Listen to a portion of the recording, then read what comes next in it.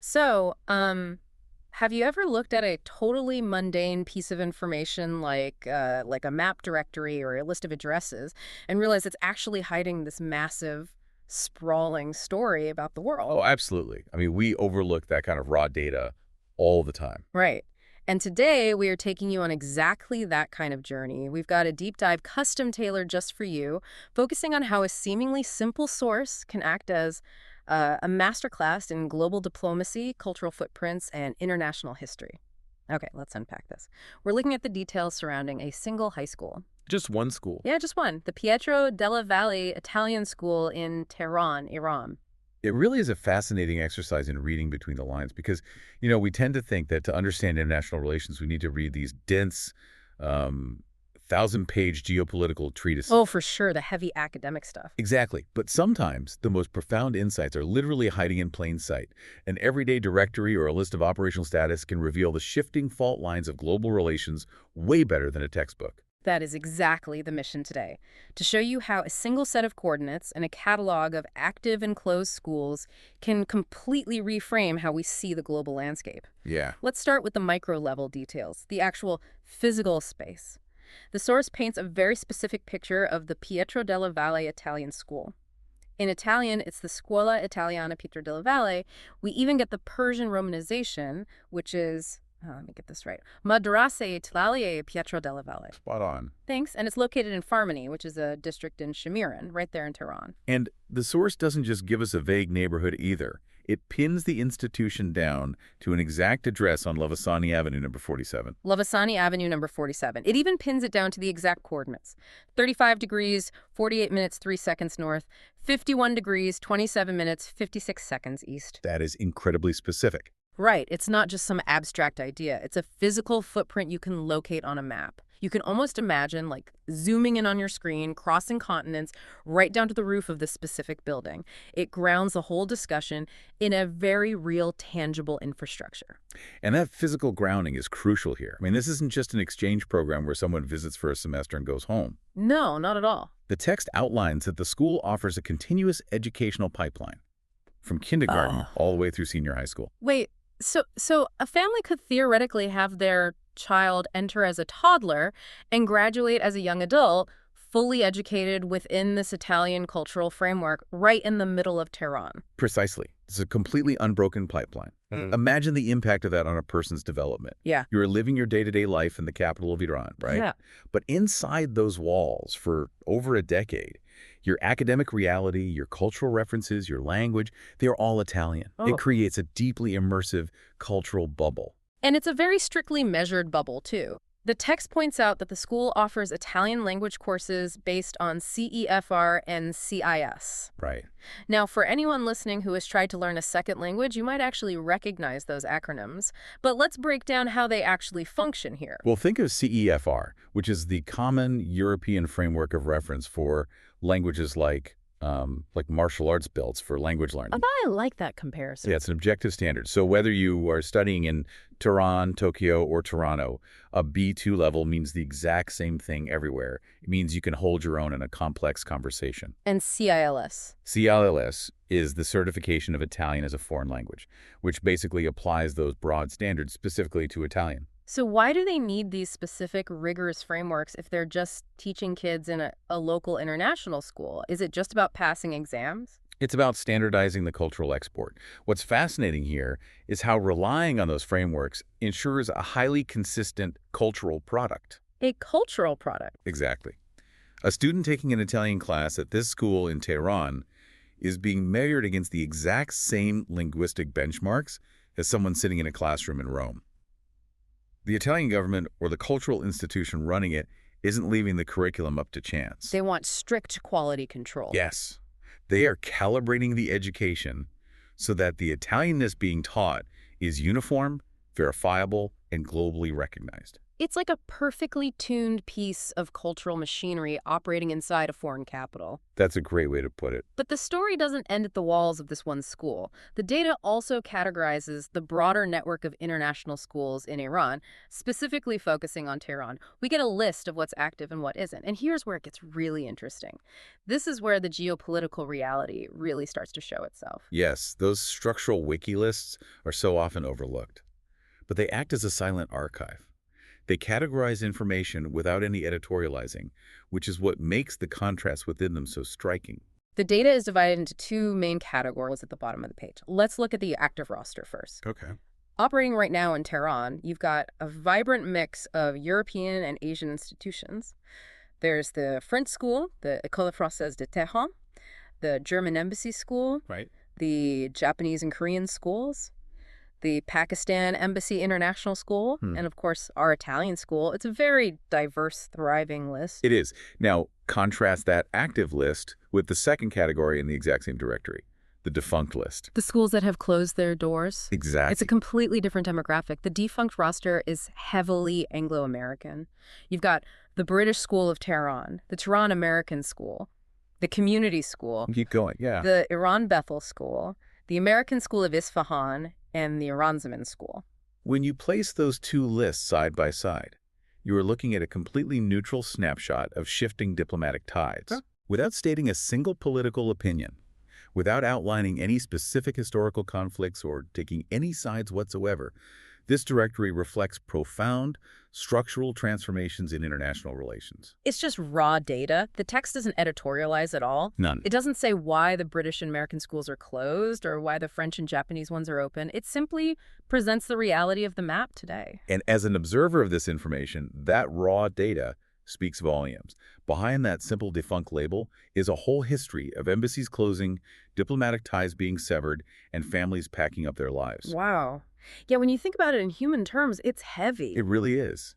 The closure of certain Western educational institutions alongside the continuous operation of European and Asian ones tells you how the landscape of foreign presence and expatriate communities in Iran has evolved over decades. It really bridges the gap between high-level theory and human reality. Wow. You see the word defunct and realize that used to be a bustling campus with teachers, students, community events, parent-teacher conferences. Exactly. Real people. It's amazing how a simple list of school names can essentially serve as a footprint of global history. It's primary source material that is completely unburdened by narrative. It doesn't tell you how to feel about the shifts or whose fault anything is. It just logs what is open and what is closed. So we've seen how Tehran serves as a microcosm for shifting global ties through these educational footprints. But what happens when we zoom out? When we look at the country casting this particular educational net? Italy. Right. The source provides another incredibly detailed list mapping out Italy's international school network across the entire globe. And it is a massive, meticulously categorized network. Yeah. The Italian Ministry of Foreign Affairs doesn't just lump all these international schools into one bucket. They have a very specific, deliberate classification system. Yeah, the text explicitly breaks this down. It notes that schools with the word Statal in their name are owned and operated by the Italian government. State-owned. Right. Then you have private schools, and finally there are some schools marked with asterisks. The asterisks are fascinating. The source indicates these are not officially recognized by the Italian Ministry of Foreign Affairs, even if they have an Italian name or curriculum. If we connect this to the bigger picture, this classification system reveals the mechanics of how a nation maintains and monitors its cultural infrastructure globally. Think about what a statal school actually represents. Okay, let's think about that. Having a state-owned school abroad means the Italian government is directly funding, staffing, and managing a physical building on foreign soil. It is a direct extension of the state. It's almost like a cultural embassy. Which is a huge financial and diplomatic commitment. It's one thing for expats to set up a private school to teach their kids the language, right? But it's entirely another for the government in Rome to cut the checks and manage the curriculum directly. Exactly. Private schools might promote the culture, and they obviously serve a really important role for expat communities, but the statal distinction is a direct lifeline to the home country. Wait, so if a school isn't recognized by the ministry but has an Italian name, why does Italy bother tracking it on their lists with an asterisk? Are they just trying to be comprehensive, or are they protecting their brand? Oh, it's absolutely about protecting the brand. Really? Definitely. By marking unrecognized schools with an asterisk, the government is dictating exactly what does and does not meet their standard of an Italian school. It's a quality control measure for their soft power. Soft power. Right. If a school in another country calls itself Italian but isn't following those rigorous CEFR or CILS frameworks we talked about earlier, the ministry wants to make sure everyone knows that institution isn't an official representative of Italian culture. It's kind of like unauthorized merchandise. Unauthorized merchandise. That makes total sense. You don't want a rogue school diluting the cultural export. Exactly. You want to maintain this standard? And the geographic reach of this network, authorized or otherwise, is incredibly extensive. You read through the regions, and it covers almost every corner of the earth. In Europe, you've got state-owned schools in places like Athens and Madrid, alongside private ones in Barcelona and Switzerland. And the Americas are heavily represented too, which directly reflects historical migration patterns. Where you see large clusters of these schools, you're usually looking at the results of deep, generational cultural ties and significant diaspora communities. The North and South America list is huge. You have the Scuola Italiana Cristoforo Colombo in Buenos Aires, the Istituto Italo-Brasiliano Biculturale Fondazione Torino in Brazil. Quite a few in South America. Yeah. Schools in Chile like the Scuola Italiana Vittorio Montiglio, the Collegio Italiano Leonardo da Vinci in Colombia, all the way up to La Scuola d'Italia Guglielmo Marconi in New York. Plus, there are several of those asterisked, the unrecognized schools scattered through Venezuela and Paraguay. Then you move to the Middle East and North Africa section, which is where our Pietro della Valle School in Tehran sits, alongside other institutions like the Scuola Enrico Mattei. And it even extends deeply into sub-Saharan Africa.